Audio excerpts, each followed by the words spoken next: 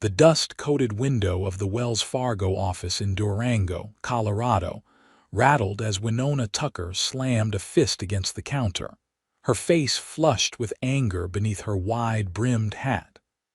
3 months I've waited for that money transfer from my brother in Boston, Mr. Phillips.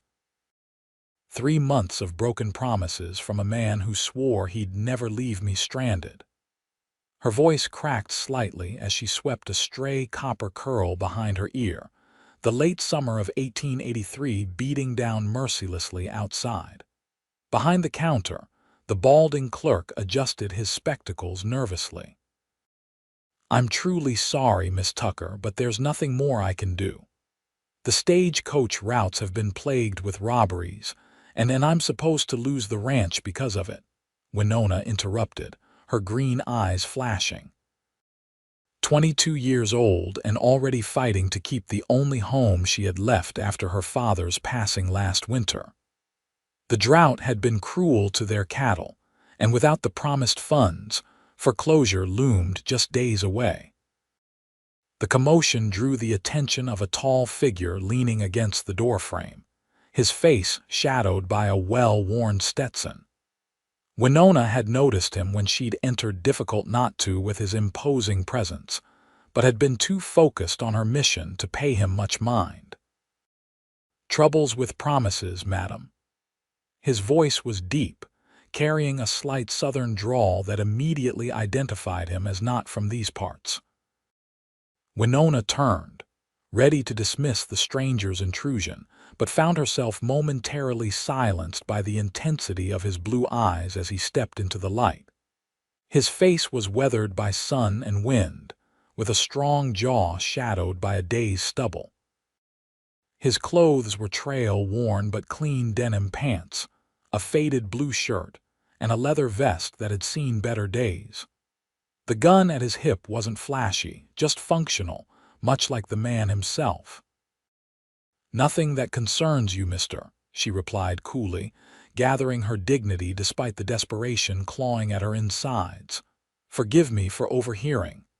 He touched the brim of his hat politely. "I'm Forrest Tanner, just rode into town looking for work." "Well, Mr. Tanner, unless you can conjure up $300 by Friday, I doubt you can help with my problems." She turned to leave but halted when he spoke again. "I heard you mention someone broke their promises to you." She glanced back over her shoulder, studying him with wary curiosity. "My brother. He made promises he couldn't keep, and now I stand to lose everything my father built." Forrest stepped closer, his spurs making a gentle jingling sound against the wooden floor. "Where I come from, a man's word is his bond." He held her gaze steadily. "If your brother broke every promise, perhaps you need someone who'll keep every one he couldn't." A disbelieving laugh escaped her lips. "And that would be you, a stranger I've known all of 2 minutes." "Madam, I've been a lot of things in my 30 years, a soldier, a rancher, a drifter, but never a man who breaks his word." He extended a calloused hand. "Let me help." Winona stared at that outstretched hand, torn between pride and desperation. "And what would you want in return, Mr. Tanner?" "I've met enough men to know nothing comes without a price. A fair wage for honest work." He shrugged. "I hear you've got a ranch needing attention." Something in his straightforward manner made Winona reconsider her initial judgment. With a deep breath, she made a decision that would change everything. "Tucker Creek Ranch, 3 miles east of town. If you're serious, be there at sunrise tomorrow." Without waiting for his response, she turned and strode out of the office, leaving a cloud of dust and determination in her wake. Forrest watched her go, a slight smile playing at the corners of his mouth. "I'll be there," he murmured, though she was already gone. The following dawn painted the Colorado sky in breathtaking strokes of gold and crimson as Forrest rode through the open gate of Tucker Creek Ranch. The property had clearly seen better days. Fencing sagged in multiple places, the barn roof needed repairs, and the cattle in the nearest pasture looked thin. But the main house stood proud, a two-story structure of solid timber that spoke of careful craftsmanship and better times. As he dismounted in the yard, the front door swung open. Winona emerged wearing a simple work dress and boots, her copper hair braided and hanging over one shoulder. She looked surprised, as if she hadn't truly expected him to appear. "You came," she stated simply, descending the porch steps. Forrest removed his hat. "Said I would, didn't I?" She studied him in the clear morning light, taking in details she'd missed yesterday: a thin scar above his right eyebrow, the way he stood with his weight balanced evenly as if always ready for whatever might come. "I still don't know if I can pay you," she admitted. "Not until if my brother's money arrives. Tell me what needs doing and we'll sort the rest later." Forrest led his horse toward the water trough. "I'm good with my hands and I know cattle. That's a start." For the first time, Winona's expression softened slightly. "It's more than I had yesterday." She gave him a brief tour of the property, outlining the most urgent tasks: mending fences, checking the remaining cattle, fixing the leaky barn roof before autumn brought rain. As they walked, she shared snippets of the ranch's history, how her father had built it from nothing 20 years ago, and how her brother William had left for Boston to seek his fortune when she was just 16. "He sends letters filled with promises," she explained as they inspected a broken section of fencing. "Money that never arrives, visits he never makes.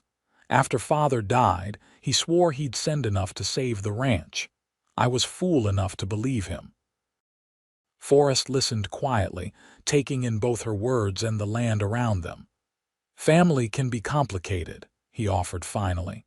"Sometimes people make promises they truly intend to keep at the time." She shot him a sharp look. "That doesn't help when the bank is days away from claiming everything." "No, it doesn't," he agreed. "But dwelling on broken promises won't fix your fences. Let's start there." By midday, they had repaired the most critical breaks in the north pasture fence. Winona worked alongside him without complaint, her hands just as calloused as his own.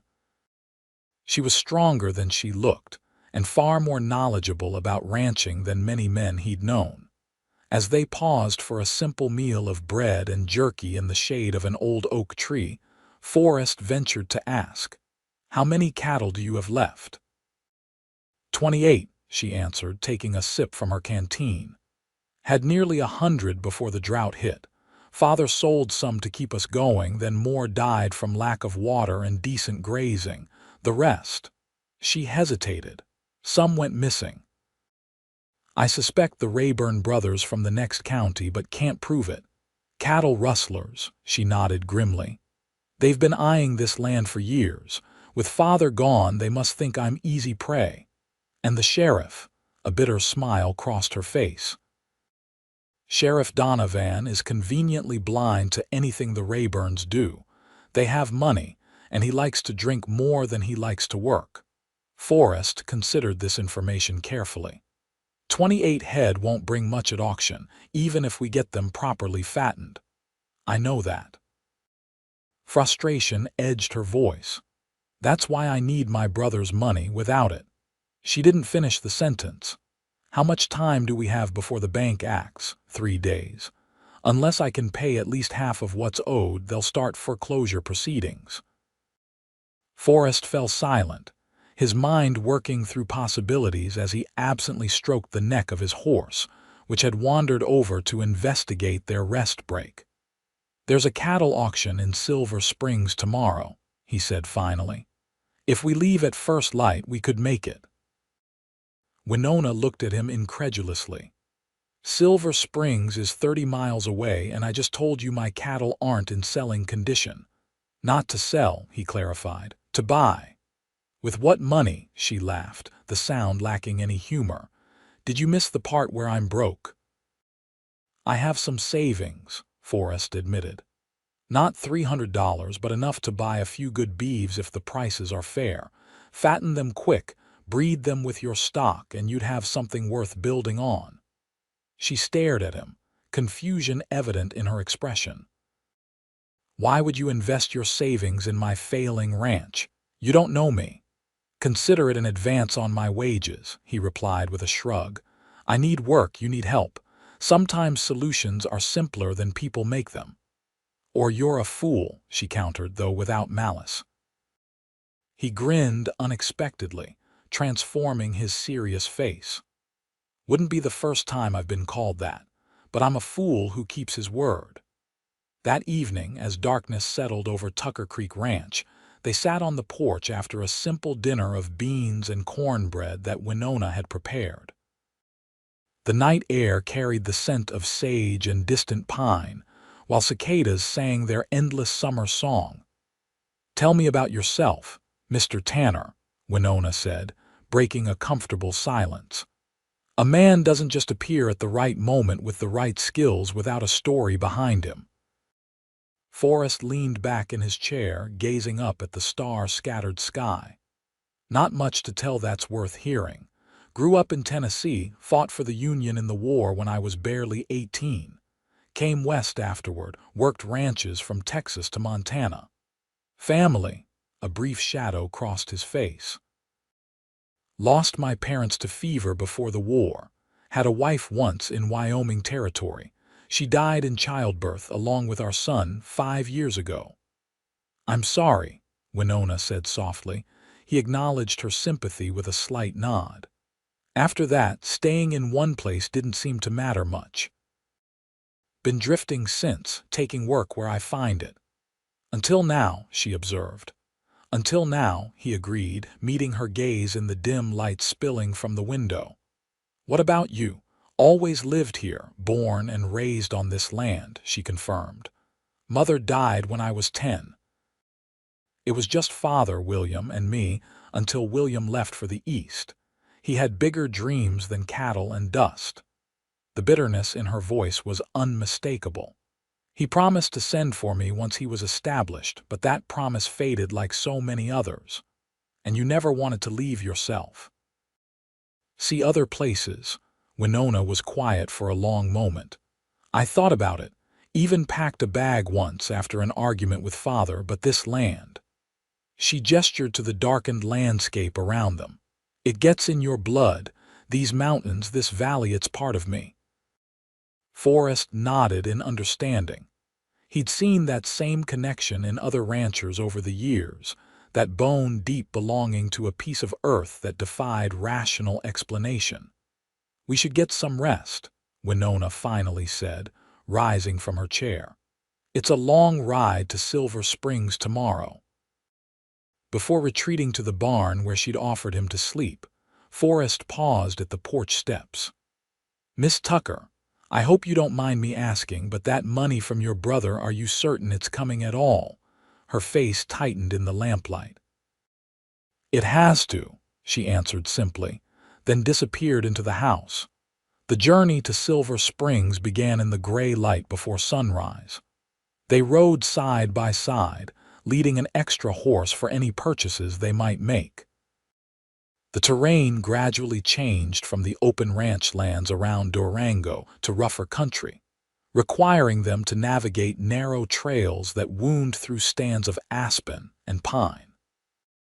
As they rode, Winona gradually revealed more about the ranch's challenges: the mortgage her father had taken out 3 years ago to expand their operation, the investments that had soured when the drought came, the slow decline that had accelerated after his death from pneumonia last winter. "Father was too proud to tell William how bad things had gotten," she explained as they paused to rest the horses by a creek. "And I couldn't bring myself to write about his death until 2 months after it happened." Her voice grew quieter.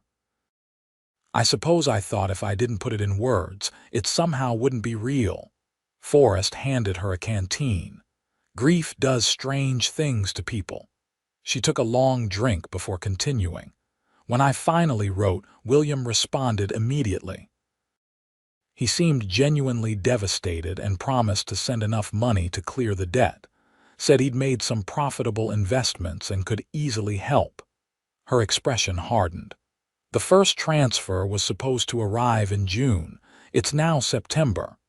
Have you had any word since then? Letters full of excuses and fresh promises. The money was sent but must have been delayed. The bank made an error. He'll send more next month. She shook her head. I've stopped believing any of it. They reached Silver Springs by mid-afternoon, a larger town than Durango with a proper train station and more substantial businesses lining its main street.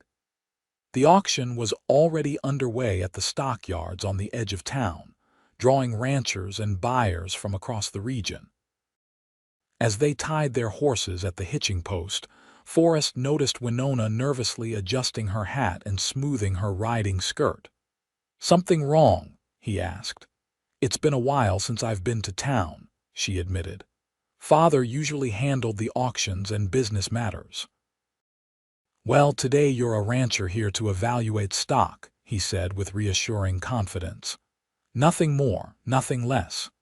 She straightened her shoulders, a determined look replacing the momentary uncertainty.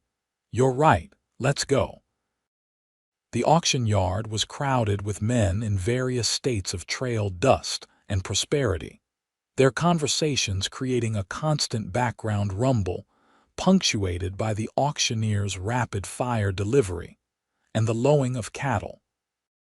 More than a few curious glances followed Winona as they made their way through the throng, but Forrest's imposing presence at her side seemed to discourage any unwelcome comments. They spent an hour carefully assessing the available stock. Forrest's expertise proved invaluable as he pointed out animals with good breeding potential versus those that merely looked healthy but carried hidden issues. "That red heifer," he murmured, nodding toward a young cow being led into the auction ring. "Good bone structure, clear eyes. She's thin but not from illness, just needs proper feed." Winona studied the animal with an appraising eye. "You're right, and she looks like she could be bred soon." "Exactly." He smiled, clearly pleased by her assessment. When the bidding started, Forrest was methodical, never allowing himself to be drawn into the competitive fervor that sometimes drove prices higher than an animal's worth. By late afternoon, they had secured 3 quality heifers and a young bull for a reasonable sum, though it clearly represented most of Forrest's savings. As they prepared to leave town with their purchases, Winona insisted on stopping at the telegraph office. "I need to send one more message to William," she explained. "He should know what's happening." While she wrote her telegram, Forrest stepped into the general store to purchase supplies for the return journey. He was selecting coffee when a conversation near the counter caught his attention. "Tucker Place will be up for auction next week, from what I hear," a heavy-set man in an expensive suit was saying to the shopkeeper. "Rayburn already has plans for that water access." "Shame about old Tucker's girl," the shopkeeper replied, lowering his voice. "Pretty little thing to end up with nothing. Rayburn might offer her a position in his household," the first man chuckled with obvious insinuation. "He's always had an eye for redheads." Forrest's hand tightened around the coffee tin, a cold anger settling in his chest. He placed his purchases on the counter with deliberate calm, interrupting their conversation. "Gentlemen," he said with deceptive pleasantness, "you might want to revise your expectations about the Tucker Ranch. It's not changing hands anytime soon." The suit-wearing man, clearly a banker or lawyer by his dress, looked Forrest up and down with thinly veiled disdain. "And you would know this how, exactly?" "Because I'm working for Miss Tucker now," Forrest replied evenly. "And I don't appreciate hearing her discussed in such terms." "Another drifter thinking he can save a failing ranch," the man laughed, looking to the shopkeeper for appreciation of his wit. "The bank doesn't care who works the land, friend, only that its debts are paid." Forrest paid for his supplies, maintaining his composure despite the urge to teach the man some manners. Just passing along some friendly advice. Miss Tucker has more resources than you might think." Outside, he found Winona waiting by the horses, her expression tight with unspoken thoughts. "Any response to your telegram?" he asked, securing their supplies to the saddle. She shook her head. "It will take time if he answers at all." She glanced at the new cattle, which were secured to the lead rope of the third horse. "I should thank you for this investment in a ranch you barely know." "The cattle are sound. It's a good investment regardless," he assured her, helping her mount her horse. "Did anyone at the telegraph office recognize you?" "No, why?" He hesitated, then decided honesty was necessary. "There's talk in town about your ranch foreclosure. Seems someone named Rayburn is already planning what to do with your land." Winona's face flushed with anger. "Victor Rayburn," she spat the name. "He's been trying to get our water rights for years. Father always said he was the type of man who'd steal the coins from a dead man's eyes." "Then we'd better make sure he doesn't get the chance," Forrest replied grimly. "Let's head back. I don't like the idea of your place sitting unguarded overnight." They rode out of Silver Springs as the sun began its descent toward the western mountains. To save time, Forrest suggested a different route home, a trail he'd noticed on maps that cut through the foothills, rather than following the longer valley road. The path narrowed as they climbed into more rugged terrain, forcing them to ride single file. The new cattle followed docilely, though the pace was necessarily slower than their journey to town. As dusk approached, Forrest began looking for a suitable place to make camp for the night. "There's a clearing ahead with a spring," Winona called from behind him. "Father and I camped there sometimes when working the north pastures." The site proved ideal, a small meadow nestled among pines, with sweet water bubbling from rocks at one end. They worked together with the efficiency of longtime partners, Forrest gathering firewood while Winona secured the horses and cattle with access to both water and grazing. As darkness fell completely, they sat beside the small fire Forrest had built, sharing a simple meal of jerky, biscuits, and coffee. The night was clear but cool, with countless stars scattered across the black canvas of the sky. "I've been thinking," Forrest said after they had eaten. "Even with these new cattle, you'll need more immediate income to satisfy the bank." Winona poked at the fire with a stick, sending sparks spiraling upward. "I know. Unless William's money miraculously appears tomorrow, I'll still be short. There are other possibilities." He leaned forward, his face serious in the firelight. "The stream on your property, it runs year-round," she nodded. "Even during the worst drought, it never dried up completely. That's why Rayburn wants it so badly. And that stretch of pine forest on the north boundary, it's part of your deed." "Yes, about 40 acres of good timber." Forrest nodded thoughtfully. "The sawmill in Durango would pay well for selective cutting rights. Not clear cutting, just the mature trees. It would provide immediate cash without damaging the land's value." Winona considered this idea. "Father always refused to cut any trees, said they were our windbreak and should be preserved." "He wasn't wrong about their value," Forrest acknowledged. "But sometimes you have to sacrifice one asset to save the whole. The forest will regrow." "I'll think about it," she said finally. "Though arranging it in one day seems impossible. The owner of the sawmill, Jenkins, was at the auction today.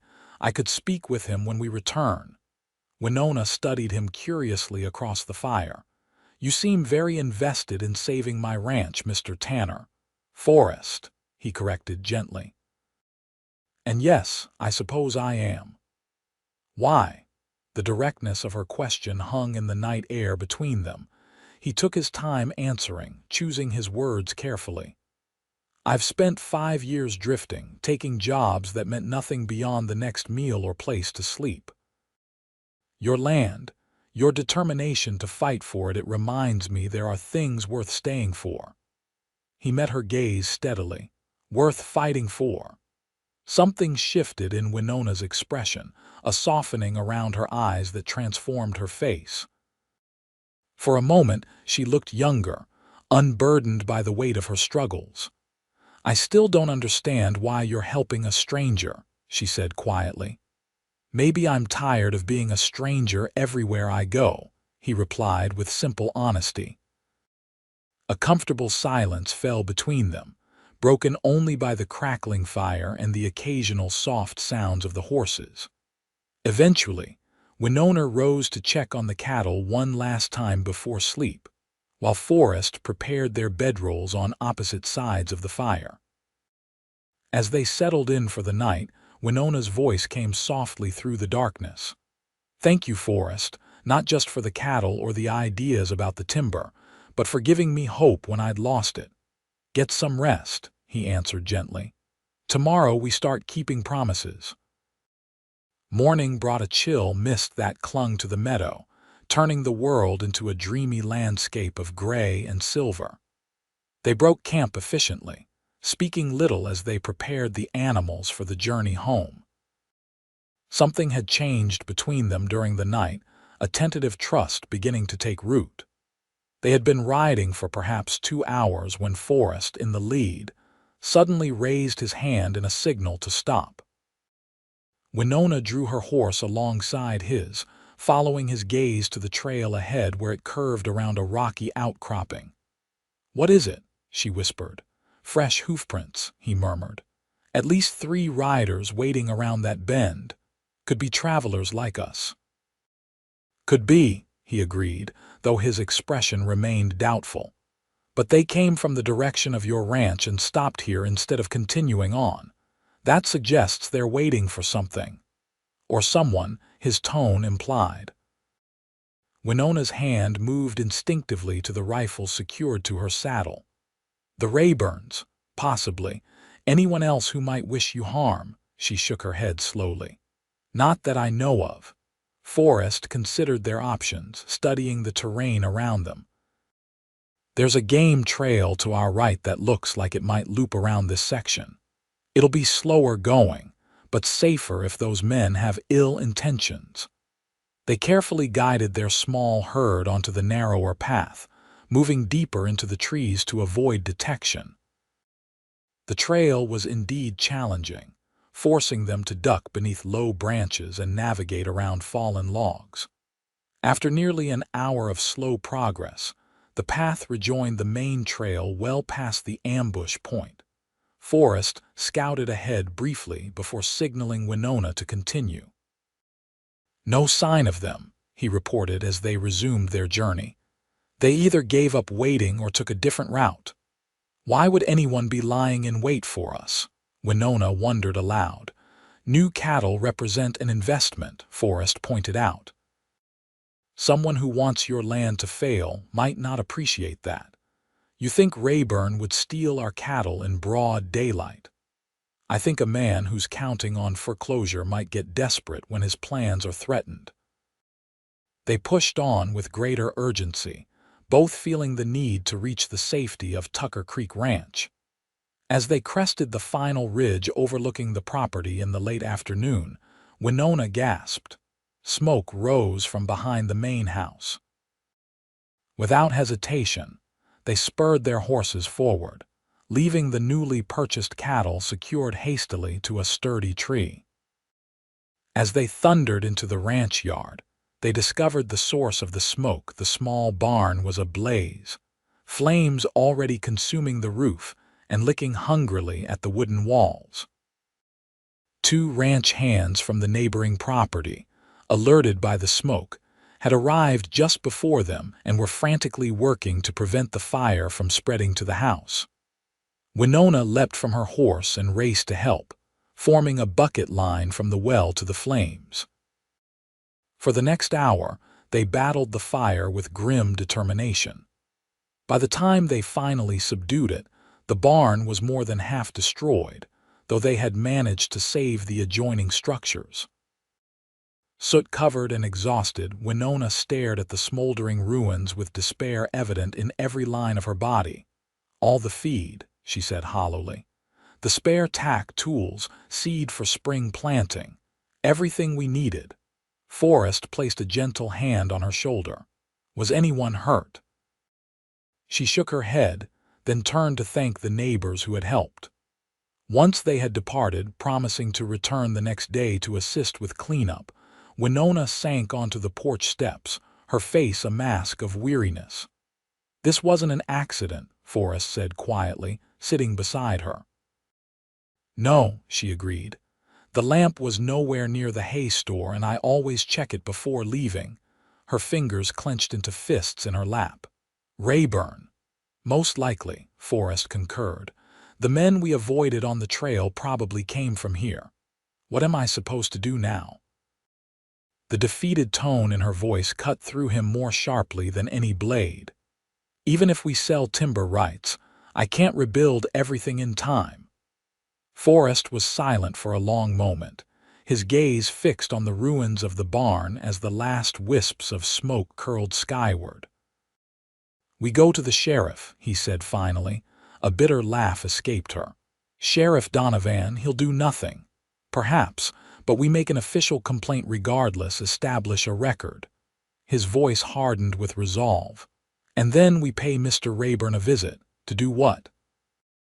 She looked at him with a mixture of curiosity and concern. "You can't just confront a man like that. He has money, connections, hired guns." "I don't plan to fight him," Forrest assured her. "Just to deliver a message." "What message?" A dangerous smile touched his lips briefly. "That Tucker Creek Ranch isn't as defenseless as he thinks." He stood, offering her his hand. "But first, let's retrieve our new cattle and get them settled. Tomorrow will be soon enough for battles." That night, after securing the new animals in the undamaged corral and salvaging what they could from the barn ruins, they sat at Winona's kitchen table making plans. Despite the setback of the fire, Forrest remained determinedly optimistic, outlining steps to approach both the bank and the sawmill owner. "Jenkins is a reasonable man," he explained as they shared a simple stew Winona had prepared. "If we explain the situation, he might agree to an advance payment for future timber rights."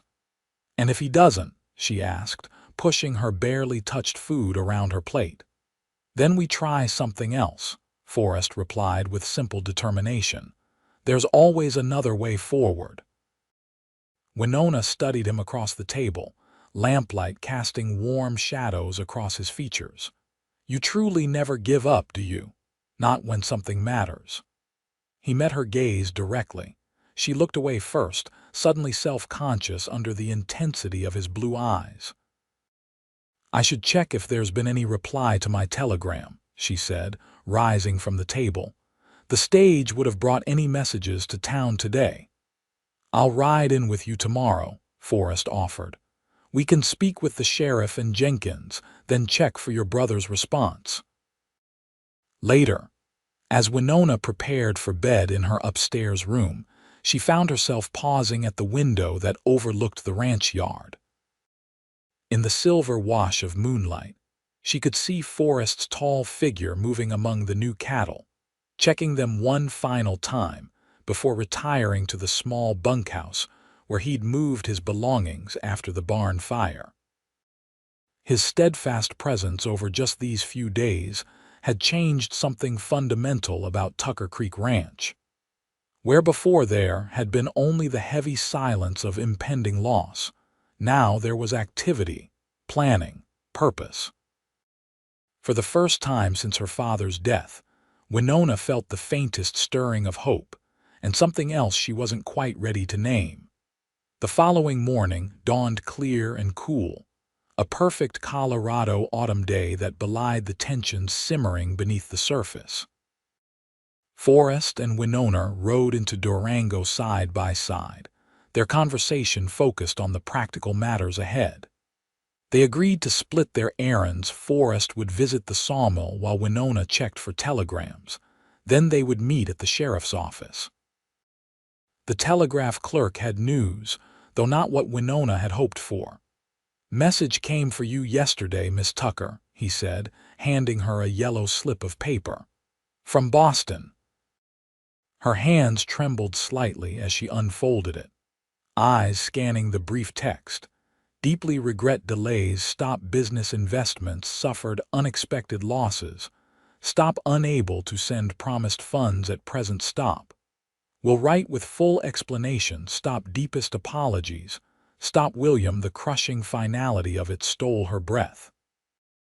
After months of clinging to this last hope, it was gone in a few terse sentences. William had failed her again. There would be no miraculous rescue from her brother. She was still standing motionless outside the telegraph office when Forrest found her, the yellow paper clutched in her hand. One look at her face told him everything. "No money," she said flatly, handing him the telegram. He read it quickly, his expression darkening. "I'm sorry, Winona." "It doesn't matter," she replied with forced steadiness. "I knew this would happen. I just didn't want to believe it." She straightened her shoulders. "What news from Jenkins?" "He's interested," Forrest reported. "Said he'd ride out tomorrow to assess the timber himself. If it's as good as I described, he's prepared to make an immediate offer." A flicker of renewed hope crossed her face. "That's something, at least." "It is," he agreed. "But there's more." He hesitated before continuing. "I spoke with a banker I know from my time in Denver who's recently moved here. He suggested approaching the bank about renegotiating your loan terms, perhaps extending the deadline in exchange for a small immediate payment and timber rights as collateral." "You've been busy," she observed, a ghost of a smile touching her lips despite her distress. "No time to waste," he replied simply. "Shall we see the sheriff now?" Sheriff Donovan's office was at the far end of Durango's Main Street, a modest building that also housed the town's small jail. As they approached, a commotion outside drew their attention. 3 men were mounting horses, their laughter carrying across the street. Winona stiffened beside him. "The Rayburn brothers," she murmured. "Victor is the one in the black hat. His brothers Cole and Ezra follow him everywhere." Forrest studied the men with careful attention. Victor Rayburn was a large man with a florid face and an air of entitled arrogance. His brothers shared his broad build and confident bearing, though they lacked the calculated intelligence evident in Victor's gaze. All 3 were well armed and expensively dressed. Victor noticed them first, his conversation cutting off mid-sentence as his eyes landed on Winona. A slow smile spread across his face as he nudged his horse toward them. "Miss Tucker," he called out with exaggerated politeness. "What a pleasant surprise. I was just discussing your property with Sheriff Donovan." "I'm sure you were," Winona replied coldly. Victor's gaze shifted to Forrest, assessing him with open curiosity. "I don't believe we've met." "Forrest Tanner," he replied evenly, not offering his hand. "Ah, the new hired man I've heard about." Victor's tone managed to make the words sound like an insult. "It's admirable of you to assist Miss Tucker in these difficult times, but I fear you're both fighting a losing battle." "Is that why you felt the need to burn her barn?" Forrest asked quietly. The directness of the question caused a moment of startled silence. Victor recovered quickly, his expression hardening. "That's a serious accusation, stranger, one you'd be wise to reconsider." "It's not an accusation, merely a question," Forrest replied with dangerous calm. "Just like I'm wondering why your men were waiting to ambush us on the trail yesterday." Cole Rayburn, the younger brother, shifted uncomfortably in his saddle while Ezra's hand drifted toward his gun. Victor silenced them both with a sharp gesture. "I don't know what you're talking about," Victor said smoothly, "but accidents happen frequently on struggling ranches. Poor maintenance, overtaxed equipment. It's a hazardous life." It certainly is, Forrest agreed. Especially when neighbors get greedy. Victor's face darkened. I'd watch your words carefully, Tanner. You're new here and you don't understand how things work. I understand perfectly, Forrest countered.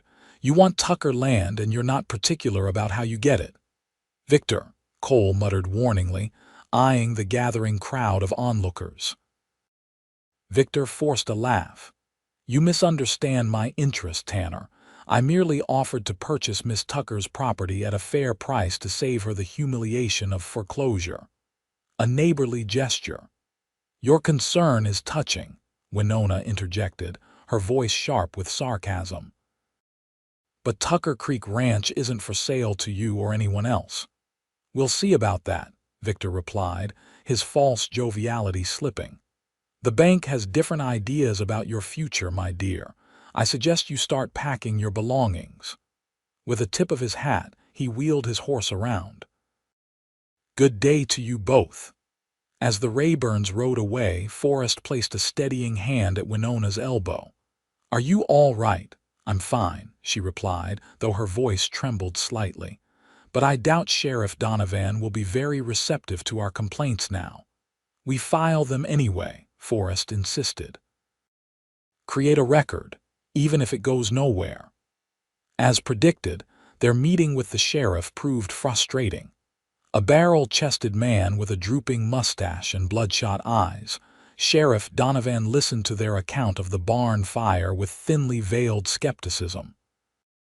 No witnesses, no evidence of wrongdoing, he summarized dismissively. Could have been a spark from a lantern, mice chewing on matches, any number of things. The timing is rather convenient for Mr. Rayburn's interests, wouldn't you say? Forrest pressed. The sheriff's eyes narrowed. Victor Rayburn is a respected businessman in this county, Tanner. You do well to remember that before throwing around accusations. Despite the sheriff's attitude, Forrest insisted on making a formal complaint about both the fire and the suspected ambush. Donovan reluctantly recorded their statements, making it clear he considered it a waste of time. As they left the office, Winona's frustration boiled over. This is exactly what I expected. Donovan's probably heading to Rayburn's ranch right now to warn him. Probably, Forrest agreed calmly. But we've established our position. Rayburn knows we're not simply rolling over. That might make him more dangerous, not less, she pointed out as they collected their horses from the hitching post. True, Forrest acknowledged, which is why we'll need to be prepared. The ride back to Tucker Creek Ranch was tense, both of them watchful of their surroundings. As they approached the property, Forrest insisted on scouting ahead to ensure no unwelcome visitors awaited them. Finding everything in order, they settled into the evening chores with the practiced rhythm they'd quickly established. After a quiet supper, they sat on the porch watching the last light fade from the sky. The day's events had left them both drained but resolute. Jenkins comes tomorrow about the timber, Winona said, breaking a long silence, and we need to approach the bank about extending the loan. One step at a time, Forrest replied. Jenkins first, then the bank. He hesitated before adding, I've been thinking about your cattle situation. Those 28 head you have left, are they all accounted for? She looked at him curiously. Yes, why? Some might have strayed into the higher pastures during the drought, seeking better grazing. It happens more often than people realize. Understanding dawned in her eyes. You think we should search the North Range? It wouldn't hurt, he suggested. I could ride up there tomorrow after Jenkins leaves. If we find even a few more head, it strengthens our position with the bank. I'll come with you, she decided. I know those pastures better than anyone. As darkness settled completely around them, neither seemed inclined to end the quiet moment they were sharing. Stars appeared one by one in the vast Colorado sky, the familiar constellations that had guided travelers and dreamers for centuries. My father used to say that as long as the stars remained fixed in their places, a person could never truly be lost, Winona said softly, her gaze lifted to the heavens. Just temporarily misplaced. Wise man, Forrest commented. My father had a similar saying that a man's character should be as reliable as the North Star, unchanging regardless of the storms around it. Winona turned to study his profile in the dim light.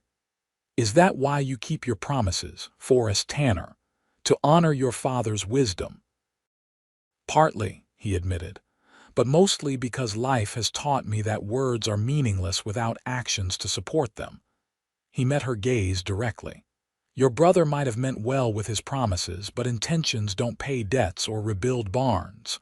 No, she agreed sadly. They don't. I'm not saying this to cause you pain, he added gently, just to explain why I believe in showing rather than telling. And you've certainly shown your commitment these past days, she acknowledged. I don't know how to thank you properly. You don't need to thank me, he replied. Just keep fighting for what matters to you.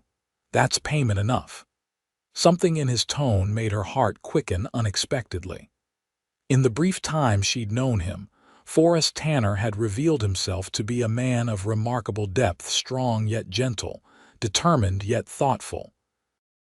He'd ridden into her life when she'd needed help most, asking nothing in return but the chance to work for what he believed in. It's getting late, she said finally, rising from her chair. Tomorrow will be a busy day. Indeed it will, he agreed, standing as well. Just before she entered the house, Winona paused, turning back to him. Forrest? Yes. I'm glad you're here, she said simply, then disappeared inside before he could respond. Forrest remained on the porch for a long time afterward, his thoughts as vast and complex as the star-filled sky above him. Jenkins arrived mid-morning, a practical businessman with a shrewd eye for timber. He spent several hours with Forrest and Winona examining the pine forest, measuring trees and making calculations in a small leather notebook. By early afternoon, he was ready to discuss terms. It's good timber, he confirmed as they sat at Winona's kitchen table. Not the largest stand I've seen, but healthy and accessible. I can offer you $800 for selective cutting rights. Winona's eyes widened at the figure, far more than she had anticipated.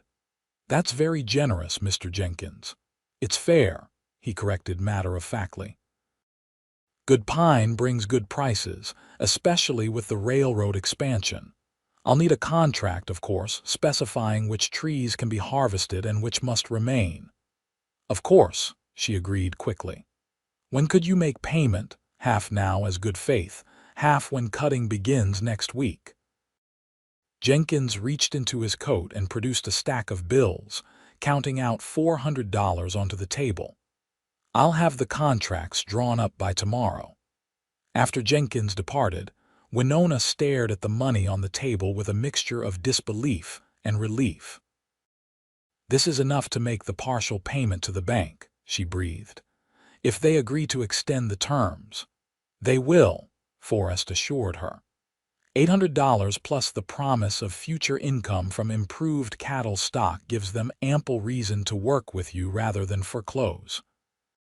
Thanks to you, she said, looking up at him with genuine gratitude. None of this would have happened without your help.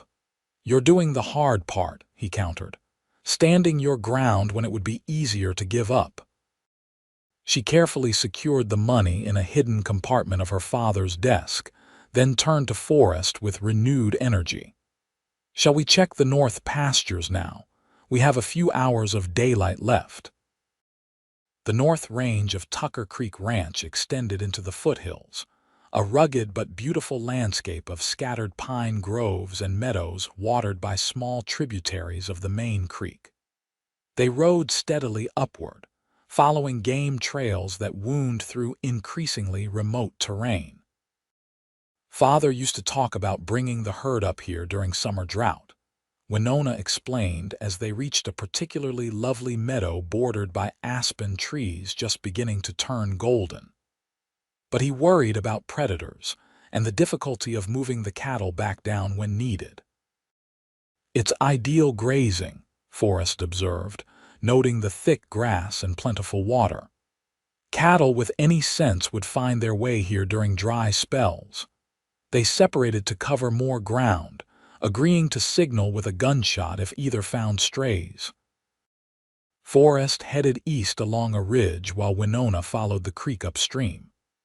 The afternoon light slanted through the trees, creating dappled patterns on the forest floor as Forrest methodically searched for signs of cattle.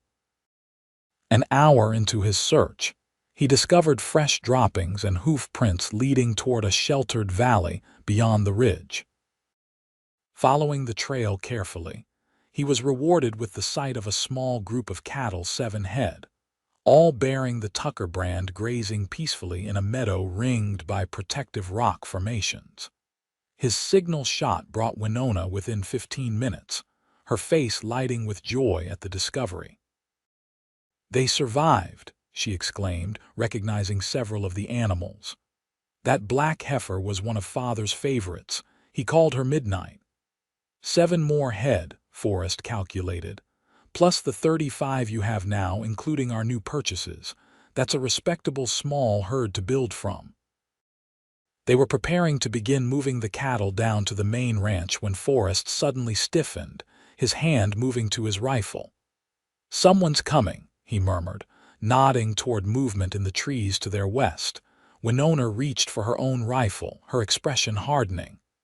"Rayburn." Before Forrest could answer, 3 riders emerged from the trees. Not the Rayburn brothers, but rough-looking men Winona didn't recognize.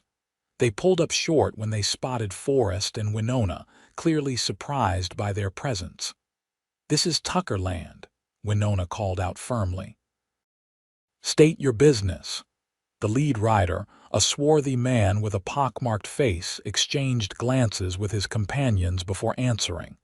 "Just passing through, madam, heading to Silverton."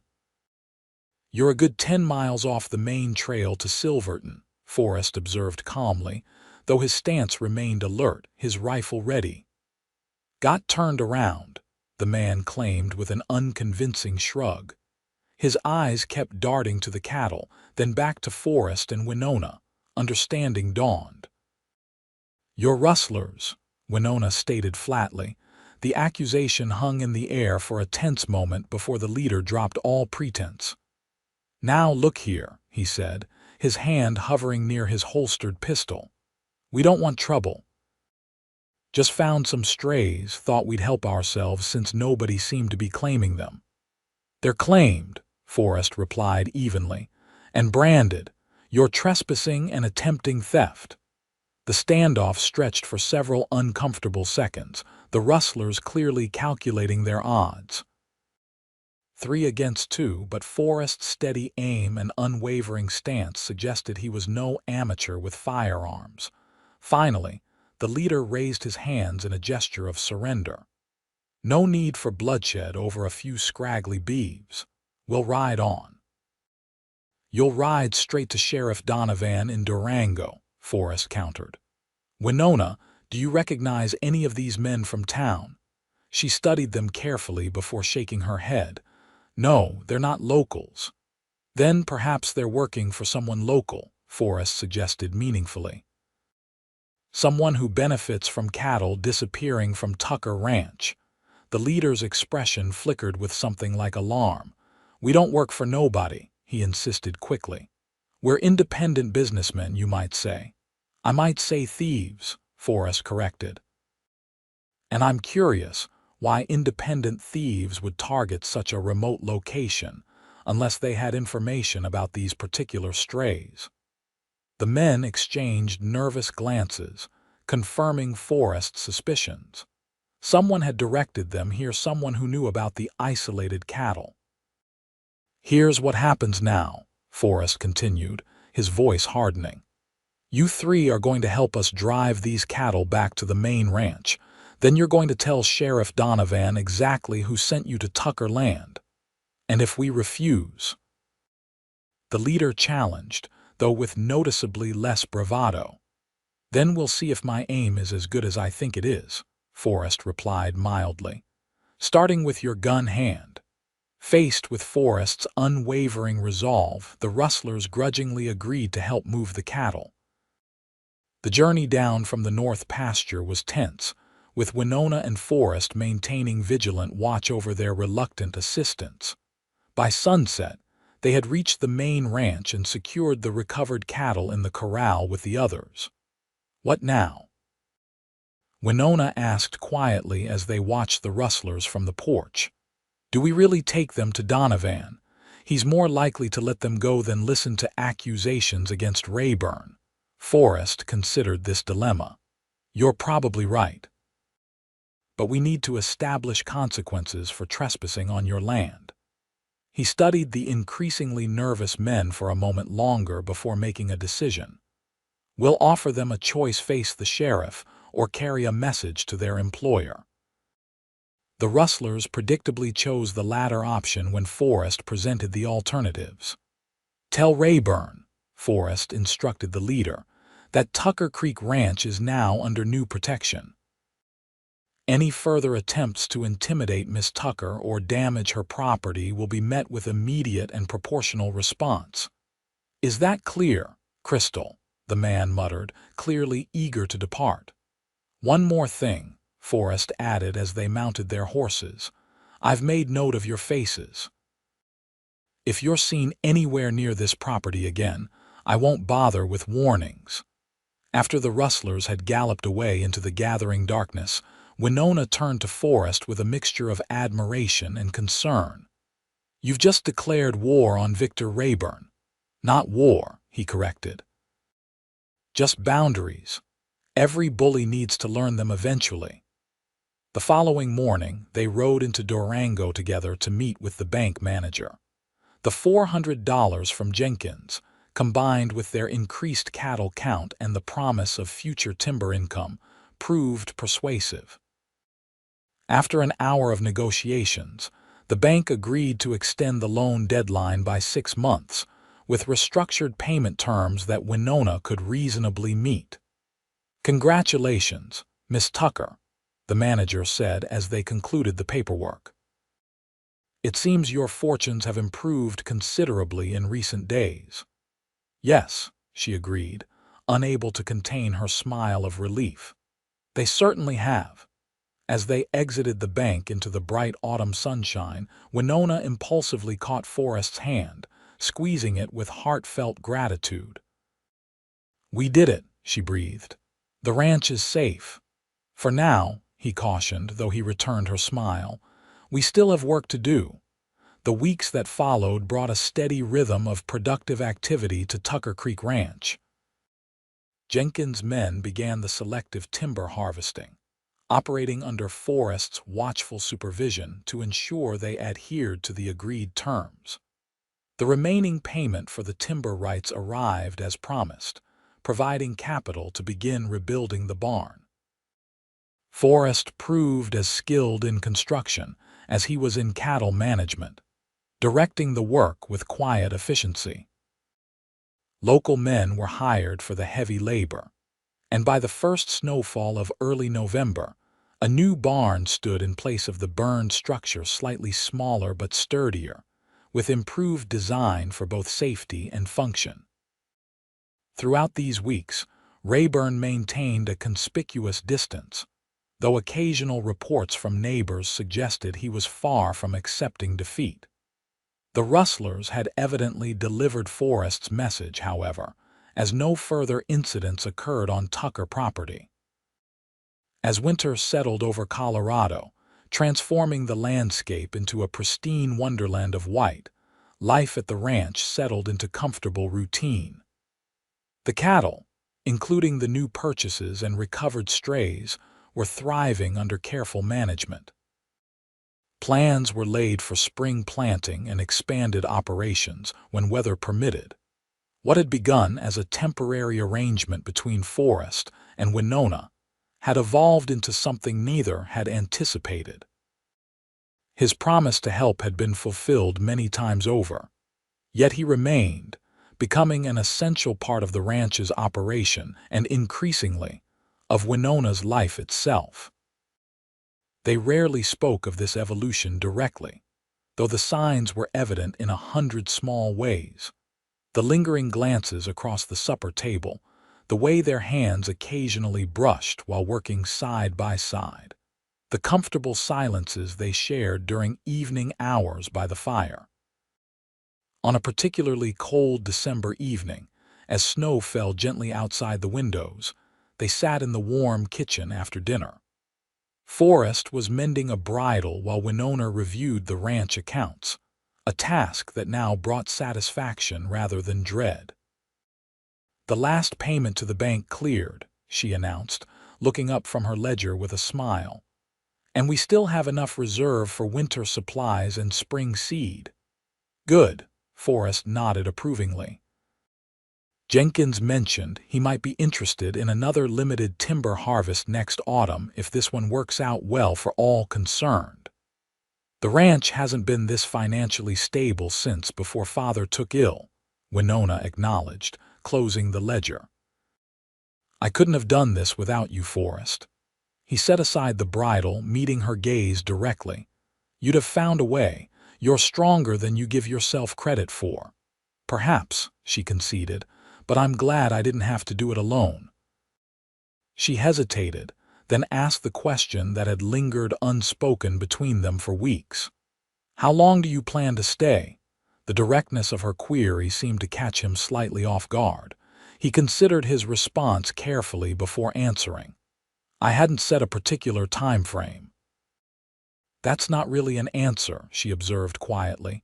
"No," he agreed with a faint smile. "It isn't." He leaned forward, his expression growing more serious. "Truth is, Winona, I haven't thought much about leaving, not lately." Something in his tone made her heart beat faster. "Why is that?" "You know why," he replied simply. The moment stretched between them, heavy with unspoken feelings. Outside, the wind picked up slightly, driving snow against the windows in soft patterns. "When you first came," Winona said finally, her voice barely above a whisper, "you said you'd keep all the promises my brother couldn't." Forrest nodded, his blue eyes never leaving hers. "You've done that," she continued. "The ranch is saved, the bank is satisfied, we even recovered some of the lost cattle. You've fulfilled your word completely." "Not completely," he corrected gently. "What do you mean?" He rose from his chair and moved around the table to stand beside her. "There was an implied promise in what I said that day that I wouldn't leave you to face your challenges alone, not just temporarily, but for as long as you wanted me here." Winona stood as well, suddenly very aware of his proximity. "And if I wanted you to stay, indefinitely?" Instead of answering with words, Forrest reached out slowly, giving her time to step away if she wished. When she didn't move, he gently touched her cheek, his calloused fingers surprisingly tender against her skin. "I've spent 5 years drifting from place to place," he said softly. "Never staying long enough to put down roots, never allowing myself to care too deeply about anyone or anything. It seemed safer that way after losing everything once before. And now," Winona's voice trembled slightly, her eyes searching his. "Now I find myself wanting things I'd convinced myself I didn't need anymore," he admitted. "A home, purpose, someone to build a future with." Her heart soared at his words, yet caution made her hesitate. "Forrest, I need to know this isn't just gratitude or obligation making you say these things." "It's neither," he assured her firmly. "What I feel for you has nothing to do with promises or debts." His hand moved to gently cup her face. "I love you, Winona Tucker. I think I've been falling in love with you since that first day in the Wells Fargo office when you stood your ground against impossible odds." Tears filled her eyes at his declaration. "I've been so afraid to admit how I feel," she confessed. After William's broken promises, after nearly losing everything, I was terrified to trust anyone again, especially with my heart. I understand, he said gently, and I'll wait as long as you need me to. There's no rush. But Winona shook her head, a smile breaking through her tears. I don't need more time. I know what I want. She stepped closer, eliminating the small distance between them. I love you too, Forrest Tanner, and I want you to stay not as my hired hand or my rescuer, but as my partner in everything. His smile transformed his face, erasing years of solitary wandering in an instant. With infinite tenderness, he lowered his lips to hers in their first kiss, gentle at first, then deepening as she responded with equal passion. When they finally separated, both slightly breathless, Forrest rested his forehead against hers. I promise to love you every day for the rest of my life, he whispered. And that's one promise I will never break. I believe you, Winona replied, and realized with wonderful certainty that she truly did. Spring came early to Durango in 1884, the snow melting to reveal tender green shoots pushing through the awakening earth. At Tucker Creek Ranch, the transformation went beyond the seasonal renewal of the landscape. The property itself seemed to reflect the happiness of its owners, with freshly painted buildings, expanded corrals, and new fencing defining boundaries that were now respected by all neighbors, even Victor Rayburn, who had finally accepted defeat after an enlightening conversation with Forrest that winter. The wedding was held on the first truly warm day of May, with wildflowers carpeting the meadows and the creek running full and clear with snowmelt. Friends and neighbors gathered in front of the ranch house, which had been decorated with ribbons and more flowers by the women of nearby homesteads. Judge Patterson from Durango officiated, his solemn dignity occasionally cracking into smiles at the obvious happiness of the couple before him. Winona wore her mother's lace-trimmed dress, lovingly altered and updated, with her copper hair crowned by a wreath of mountain bluebells. Forrest, almost unrecognizable in a new black suit, couldn't take his eyes off her throughout the entire ceremony. By the power vested in me by the territory of Colorado, the judge pronounced finally, I now declare you husband and wife. Mr. Tanner, you may kiss your bride. Forrest needed no further invitation, gathering Winona into a kiss that prompted cheers and good-natured laughter from their guests. The celebration continued well into the evening, with music from local fiddlers, tables laden with food contributed by neighbors, and more than a few toasts to the couple's happiness. As darkness fell, lanterns illuminated the yard where couples danced beneath the stars. During a brief moment alone, Forrest led Winona away from the festivities to the quiet of the porch steps where they had shared so many conversations. Happy, Mrs. Tanner? He asked, his arm around her waist. Completely, she affirmed, leaning against his shoulder. I never imagined life could feel this full. It's just beginning, he promised, kissing her temple. We have everything we need right here, land that's truly ours now, good water, healthy cattle, each other. And a letter from William, Winona added, a hint of old pain in her voice. William's telegram of congratulations had arrived that morning, along with a modest wedding gift. While Winona had responded graciously, the wounds of his broken promises had not entirely healed. Forrest understood this lingering hurt. Perhaps someday he'll visit, he suggested gently. See for himself what you've built here. Perhaps, she agreed, though without much conviction. But I've learned that looking backward isn't nearly as rewarding as looking forward. She turned in his embrace to face him, her eyes reflecting the starlight above. And my future is right here. As is mine, he assured her, sealing the promise with another kiss. A year later, Tucker Creek Ranch had nearly doubled its cattle count and expanded its operations to include a small horse breeding program focused on strong, intelligent mounts suited to ranch work. Forrest's knowledge of horses had proven invaluable, attracting buyers from as far as Denver who willingly paid premium prices for Tucker-bred stock. Winona had just put the finishing touches on the nursery adjacent to their bedroom, a project she'd been working on with secretive delight for months. The cradle that Forrest had crafted from pine harvested on their own land stood ready beside a rocking chair that had belonged to her mother. Yellow curtains brightened the room, and a colorful quilt made by neighboring women awaited its tiny occupant, due to arrive in less than 2 months. She stood in the doorway, admiring her handiwork when strong arms encircled her from behind, Forrest's hands coming to rest protectively over her rounded belly. "It's perfect," he murmured, his chin resting on her shoulder as he surveyed the room. "You think he'll like it?" Winona asked, placing her hands over his. Forrest questioned with a smile in his voice.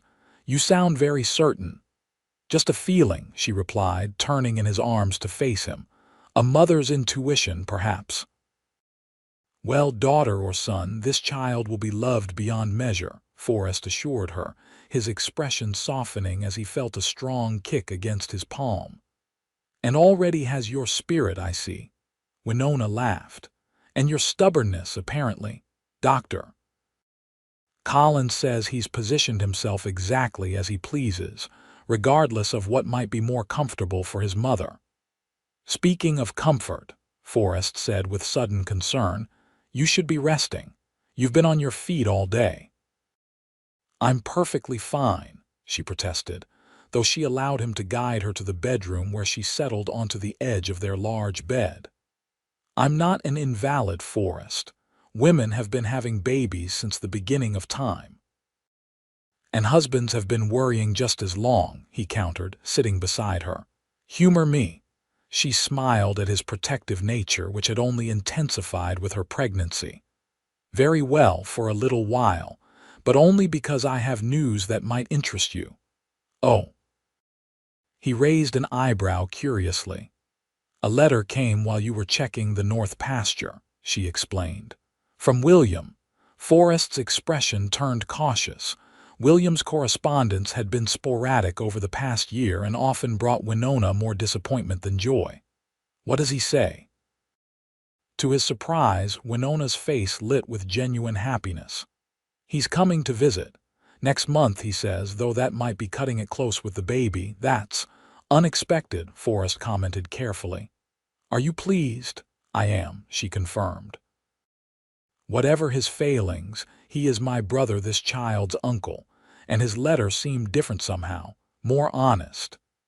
She retrieved the folded paper from her pocket and handed it to him. "See for yourself." Forrest read the letter slowly, noting the different tone from William's previous communications. Gone were the grandiose promises and vague excuses, replaced by straightforward acknowledgement of past failures and a simple request to reconnect with his only sister and meet her husband. "He sounds sincere," Forrest conceded, returning the letter. "I think he is," Winona said softly. "People can change, can't they? Learn from their mistakes." "Some can," Forrest agreed, drawing her close, "when properly motivated." William Tucker arrived in Durango on a warm June afternoon, 3 weeks earlier than expected, and just 1 day after his nephew entered the world. He stepped off the stagecoach looking nothing like the fancy Boston businessman Winona had imagined. His clothes were simple, his face tanned from outdoor exposure, and his manner unexpectedly humble as he approached the ranch house where Forrest waited on the porch. "Mr. Tanner," he greeted hesitantly, extending his hand. "I'm William Tucker. I hope my early arrival isn't an inconvenience." Forrest studied the younger man carefully before accepting the handshake. At 30, William shared his sister's copper hair and green eyes, though his features showed signs of hardship that hadn't been earned through honest labor. "Your timing is either very poor or very fortunate, depending on how you look at it," Forrest replied, his expression neutral. "Your sister gave birth yesterday. Both she and your nephew are doing well." William's face registered shock followed by something like wonder. "A boy, I'm an uncle to a healthy son," Forrest confirmed, his pride evident despite his reserved manner with William. "They're resting now." "Of course," William nodded quickly. "I wouldn't dream of disturbing them. I can find accommodation in town until—" "That won't be necessary," Forrest interrupted, his tone softening slightly. "There's a room prepared for you. Winona has been expecting your visit for weeks." Relief washed over William's face. "Thank you, that's very generous considering your history of broken promises." Forrest finished frankly. William flushed but didn't attempt to defend himself. "Yes, exactly that. Your sister has a forgiving heart," Forrest stated simply. "I'm still forming my opinion." The honesty of this response seemed to earn William's respect. "That's fair," he acknowledged. "I have a lot to make up for." "Yes, you do," Forrest agreed, then gestured toward the door. "Come inside. You can meet your nephew when Winona wakes." Later that evening, Winona sat propped against pillows in the bed she shared with Forrest, their newborn son cradled in her arms. Her face, though showing signs of the exhaustion that accompanied childbirth, glowed with happiness as she watched her brother tentatively approach. "He's beautiful, Winona," William said softly, staring in awe at the tiny face partially visible among the blankets. "What's his name?" "Daniel," she answered, smiling up at Forrest, who stood protectively beside the bed. "Daniel James Tanner, after both our fathers." William's eyes filled with unexpected tears. "Father would be so proud of you, of all you've accomplished here." "Would you like to hold him?" Winona offered, extending the bundle toward her brother. With visible nervousness, William accepted his nephew, his expression transforming as the baby briefly opened his eyes, revealing hints of the Tucker green. "Hello, Daniel," he whispered. "I'm your Uncle William. I've traveled a very long way to meet you." The moment was tender enough to soften even Forrest's lingering reservations. He placed a gentle hand on Winona's shoulder, exchanging a look of understanding with his wife, as they witnessed this first meeting between William and his nephew. Later, after Winona had fallen asleep and the baby was settled in his cradle, Forrest found William on the porch, staring out at the ranch bathed in moonlight. "It's more beautiful than I remembered," William said as Forrest joined him.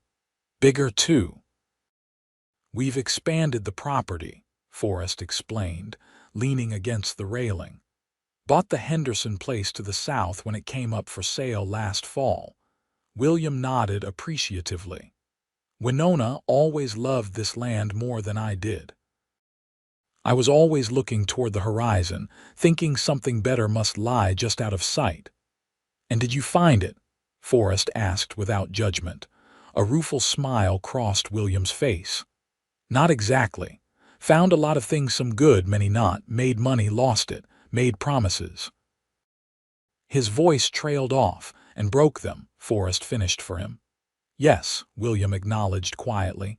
"I've been running from that truth for years, telling myself that intentions matter more than actions." He looked directly at Forrest. "But they don't, do they?" "No," Forrest confirmed. "They don't. I want to make amends," William said with sudden intensity. "Not just words this time, real amends." Forrest studied him thoughtfully before responding. "Start by being honest with Winona, with yourself. No more promises you can't keep." "I can do that," William affirmed. "Then welcome home," Forrest said simply. Offering his hand once more over the following weeks, William proved his sincerity through actions rather than words. He worked alongside Forrest from dawn till dusk, learning the ranch operations he had once been so eager to escape.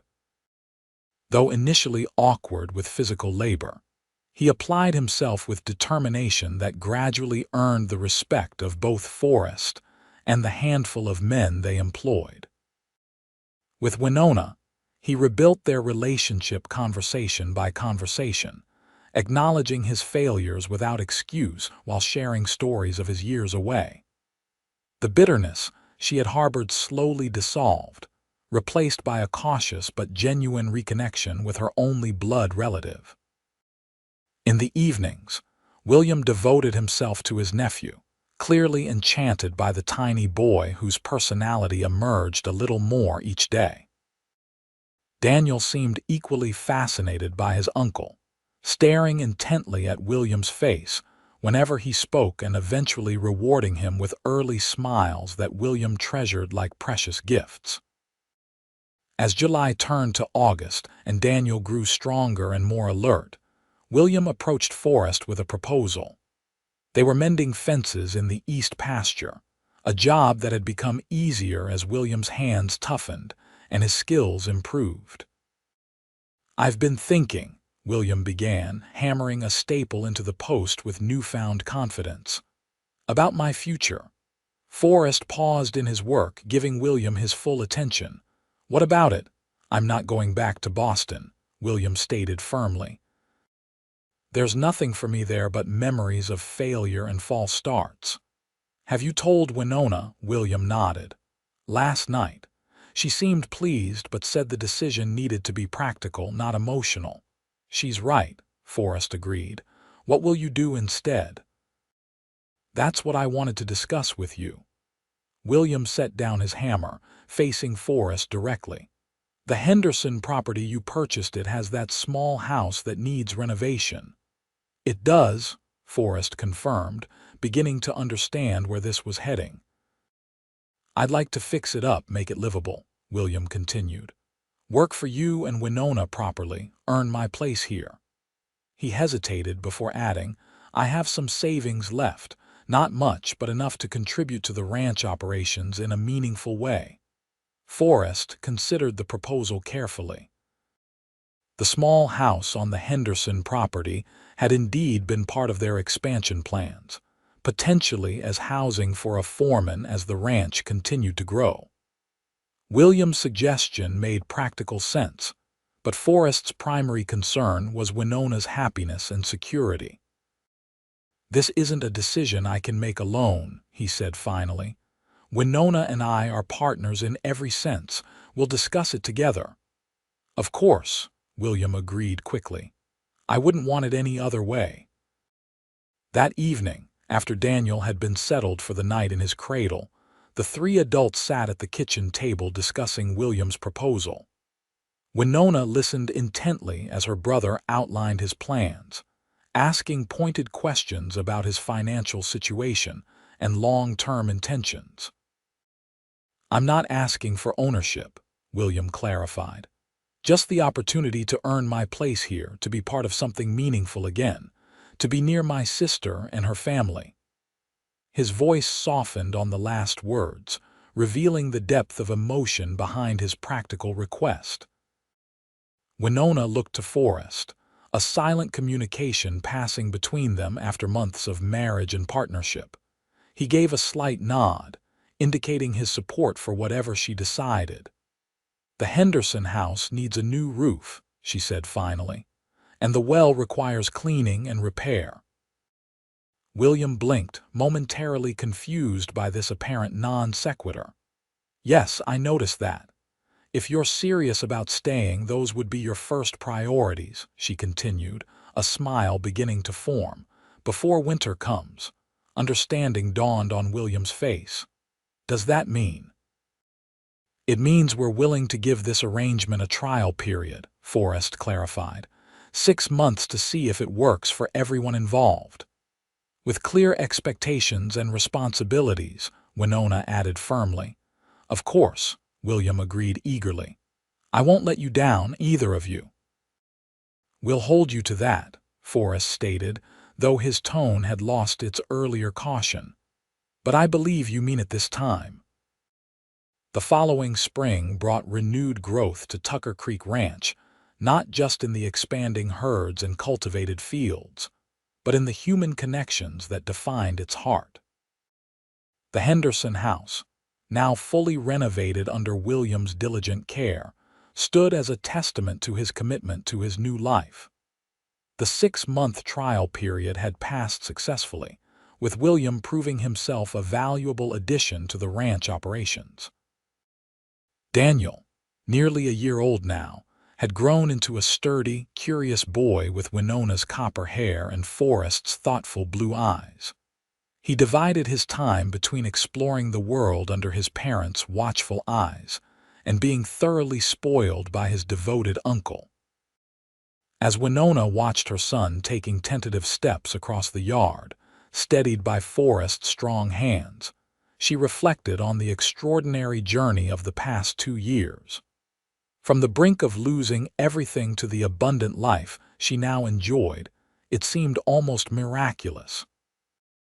"Penny for your thoughts," William said, joining her on the porch where she sat shelling peas. "Just counting my blessings," she replied with a smile, making room for him on the bench. "They've multiplied considerably since that day in the Wells Fargo office." William's expression grew more serious. "I've been meaning to say something to you but never quite found the right moment." "What is it?" she asked, setting aside her bowl of peas. "Thank you," he said simply, "for giving me another chance when I'd given you every reason not to. For allowing me to be part of your family after I failed you so completely." Winona reached for her brother's hand. "Family is family, William, even when they break promises." "Some promises can't be mended," he acknowledged quietly, "but I'm grateful that relationships can be." Across the yard, Forrest scooped Daniel into his arms as the boy squealed with delight, his laughter carrying on the spring breeze.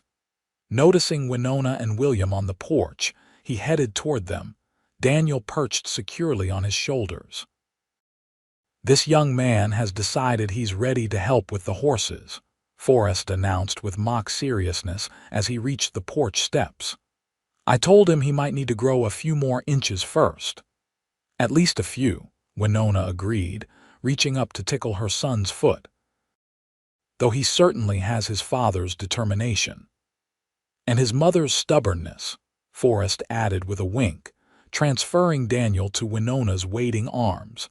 As the family shared this moment of simple happiness, a rider appeared at the far end of the drive, approaching at a steady pace. Forrest straightened, shading his eyes to identify the visitor. "It's Jenkins," he reported, recognizing the sawmill owner. "Probably here about the fall timber contract." "I'll take care of Daniel while you both meet with him," William offered, accepting his nephew from Winona's arms. "We have important castle building to attend to, don't we, young man?" Daniel responded with enthusiastic babbling as William carried him into the house, leaving Forrest and Winona to greet their visitor. Jenkins dismounted in the yard, removing his hat as he approached the porch. "Mr. and Mrs. Tanner," he called cheerfully. "Fine day for a ride." "Indeed it is," Forrest agreed, descending the steps to shake the man's hand. "What brings you out our way? Business and pleasure," Jenkins replied. "Wanted to discuss this year's timber harvest, of course, but also to deliver some news you might find interesting." "Come up to the porch," Winona invited. "I'll fetch some coffee." Once they were settled with steaming cups, Jenkins shared his news. "Rayburn's selling out," he announced without preamble. "Lock, stock, and barrel, moving to California from what I hear." Forrest and Winona exchanged surprised glances.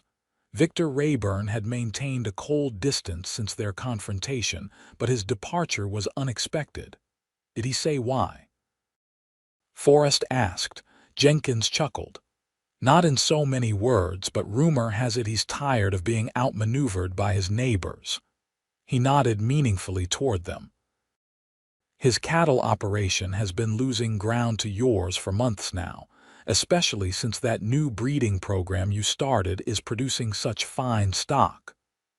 I can't say I'm sorry to see him go, Winona admitted, though I never wished him ill. Well, his property will be up for auction next month, Jenkins continued. Prime land, especially that section that borders your north pasture. The implication was clear. With Rayburn gone, Tucker Creek Ranch could potentially expand further, securing additional water rights and grazing land that would enhance their already successful operation. After Jenkins departed, having concluded the timber negotiations satisfactorily, Forrest and Winona walked hand in hand toward the corral where their prized horses grazed in the afternoon sun. The possibility of acquiring Rayburn's adjoining land opened new horizons for their future. "What do you think?" Forrest asked as they leaned against the fence, watching a mare and her new foal. "It would be a significant investment, but the bank would likely support it given our track record." Winona considered the question seriously. "The additional acreage would allow us to increase the herd substantially," she acknowledged. "And securing those water rights would protect us against future droughts." "But," Forrest prompted, sensing her hesitation, "but I don't want to expand just for the sake of expansion," she explained. "Whatever we build here needs to have purpose beyond mere profit." Forrest nodded in understanding. "A legacy for Daniel, and perhaps other children someday." A soft smile played at Winona's lips. "Perhaps sooner than someday," she said quietly, placing their joined hands against her stomach in a gesture whose meaning couldn't be mistaken. Forrest's expression transformed with wonder. "Are you certain?"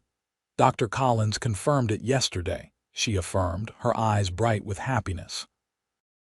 "Early next winter, if all goes well." With gentle reverence, Forrest gathered her into his arms, his joy too profound for words in that moment. When he finally spoke, his voice was thick with emotion.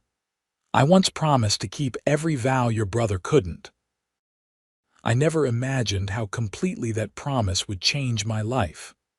"Our lives," Winona corrected softly. "All of our lives." As they stood together in the golden Colorado afternoon, the ranch stretching out around them like a fulfilled promise, Forrest reflected on the strange and wonderful paths that had led him to this moment.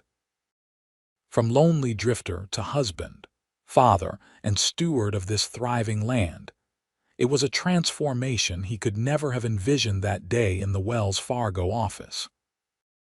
"You know," he said thoughtfully, "your brother William has proven that people can change, that past failures don't have to define the future." "Yes," Winona agreed, "when they truly want to change." "Rayburn's departure marks the end of an era for this valley," Forrest continued. "Perhaps it's fitting that, as one chapter closes, another begins." He placed his hand protectively over hers where it rested against her still flat stomach. "Our family grows as our legacy deepens." That evening, as the extended family gathered around the dinner table, Forrest and Winona, William, little Daniel in his high chair, and two ranch hands who had become like family themselves, Winona shared the news of her pregnancy. The joyful reactions, especially William's unabashed tears of happiness, confirmed what she had known in her heart since Forrest Tanner had ridden into her life. That promises kept were the foundation upon which true happiness was built. Later, as they stood on the porch beneath a canopy of stars, Forrest wrapped his arms around his wife from behind, both of them gazing out at the land that had united them. "Every promise I've ever made to you," he murmured against her hair, "I intend to keep for the rest of our lives." "I know," Winona replied simply, leaning back against his strength. "That's why I trusted you with my heart in the first place." As the years would prove, it was a trust well placed in the man who had vowed to keep every promise that had been broken, and in doing so, had helped build a legacy of love and fulfillment that would endure for generations to come at Tucker Creek Ranch.